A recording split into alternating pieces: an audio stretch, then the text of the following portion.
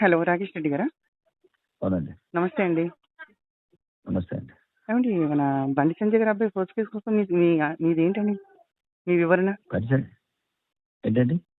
బండి సంజయ్ గారి అబ్బాయి ఫస్ట్ కేసులో మీ వివరణ ఏంటండి? వివరణ నిన్న డిబేట్ లో చెప్పాం కదండి.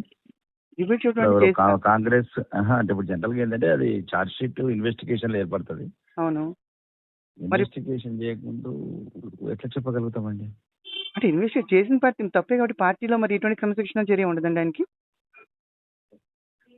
అది అంత పెద్ద నాయకుని కాదు పార్టీ నాయకుడు కాదండి, మీరు ఒక ఎమ్మెల్యే సార్, మీరు మాట్లాడచ్చు. ఎమ్మెల్యేగా చెప్పాము. నేను రఘునందరావు గారికి ఫోన్ చేస్తే ఆయన కట్ చేసాడండి. ఎప్పుడు భయపడ్డు అటువంటి వ్యక్తి భయపడి ఏ విషయం చెప్పకుండా కట్ చేసాడండి. అంటే మీరెవరు? మీరు? నేను ఒక సిటిజన్ అండి. నాకు నా తోటి మహిళకి ఒక అమ్మాయికి ఇలా అన్యాయం జరిగితే దాన్ని మాట్లాడే వ్యక్తులు మీరు కేంద్రంలో బలంగా ఉన్నారు సార్ కాదండి మరి? అవునండి. ఎవరి కూతురైనా ఒకటి, మీ కూతురైనా నా కూతురైనా బాధాకరమా విషయం. అవును. దానివల్ల దాంట్లో ఎటువంటి ఇంకో రెండో సమాధానం లేదండి. సమాధానం లేదండి. ఎప్పుడు న్యాయం జరుగుతుంది? కొద్దిగా ఇప్పుడు ఏదైతే కొన్ని ఎందుకంటే ఇప్పుడు రకరకాలు ఉంటాయండి. ఇప్పుడు అది రైటా రాంగ్ అని పోతలేము. అట్లాంటి సంఘటన జరిగితే అది తప్పే.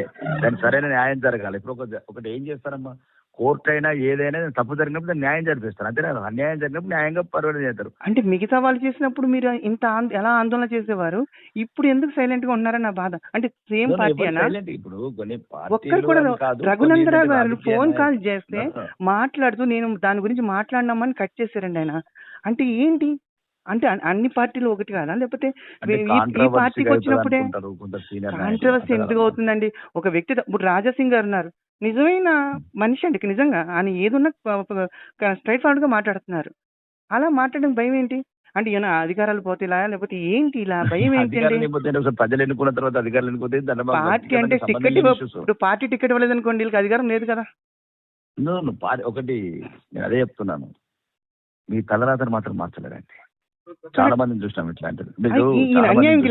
అంటే బీజేపీ ఉంది కూడా మన కేంద్రంలో. సబ్జెక్ట్ ఎక్కడి వరకు పరిమితం కావాలా అనేది రాజకీయాలల్లో ఎవరి రాతను మీరు రాయలేరు, దేవుడు రాస్తాడు. రెండోది, ఈ జరిగిన సంఘటన ఆ అమ్మాయి ఏదైతే ఉందో, ఏదైతే ఈ రోజు మీడియాలో చూసి మీరేం చెప్తున్నారు చెప్పండి, అది తప్ప కాదా? అది ఒకవేళ నిజమైతే తప్పే. అది నిజమే, పూర్తి సాక్ష్యాధారాలు అన్ని ఉన్నాయి సార్.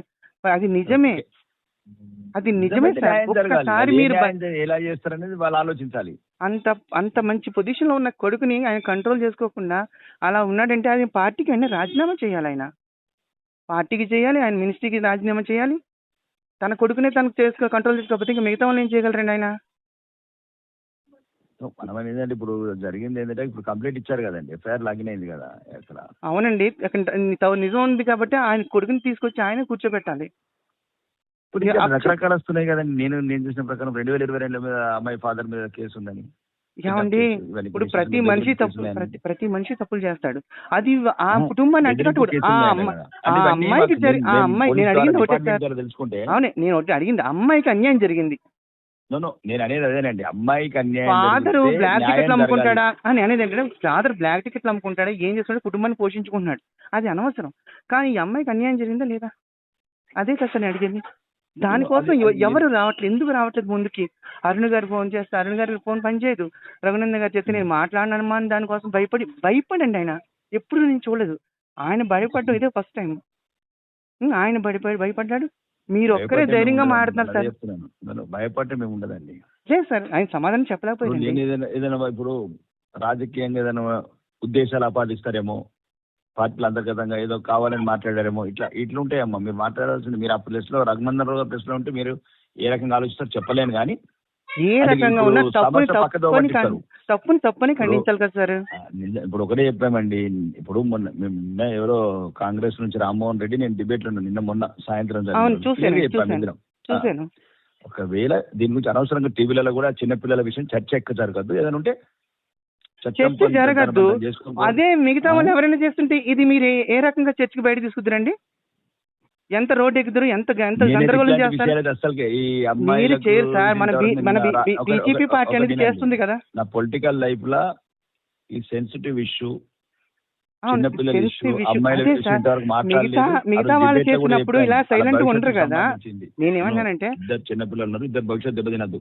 అవును, దెబ్బతినదండి. ఇదే విషయం మిగతా వాళ్ళు ఎవరైనా చేస్తుంటే మీరు ఈ పార్టీకి బీజేపీ పార్టీ ఎంత చేస్తును అది ఇప్పుడు ఎందుకు చేయట్లేదని బాధపడుతున్నాను నేను, అంతేనండి. నిజమే, మీరు బాధపడ్డదంటే అర్థం ఉంది. ఆ రోజు మేము ఇద్దరం అయితే కాంగ్రెస్ నుంచి, నేను బీజేపీ నుంచి ఇద్దరం డిబేట్ లో పార్టిసిపేట్ చేసాం. డిబేట్ క్లియర్ గా చెప్పాం. కానీ రామ్మోహన్ నాకు రెడ్డి అంటే నేను- హాస్యాస్పదం అంటే ఏంటంటే రఘునందన్ గారు సమాధానం చెప్పకుండా ఫోన్ కట్ చేయడం పెద్ద హాస్యాస్పదం అండి. నిజాన్ని కూడా ఆయన చెప్పకుండా తన పార్టీ ఆ కోసం సమస్య గురించి కాదండి, మళ్ళీ అదేనండి, ఆ ఏదైనా సమస్య గురించి కాదు. ఆ లే, లే. పిల్లకి అన్యాయం జరిగింది కానీ మీరు న్యాయం చేసి పెడతానని ఒక మాట ఇవ్వండి చాలు మాకు. అదే చెప్పాం కదా, క్లియర్ గా అన్యాయం జరిగితే న్యాయం జరగాల్సిందే. న్యాయం న్యాయం జరిగించాలి. జరగాల్సిందే. మీరు జరిగటం వేరు, జరిగించడం వేరు సార్.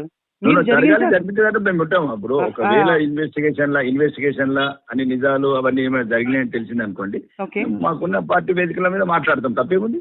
అదే కావాలండి, ఆ మాట మీద నిలబడండి సార్. Thank you sir. తప్పదు. ఓకే.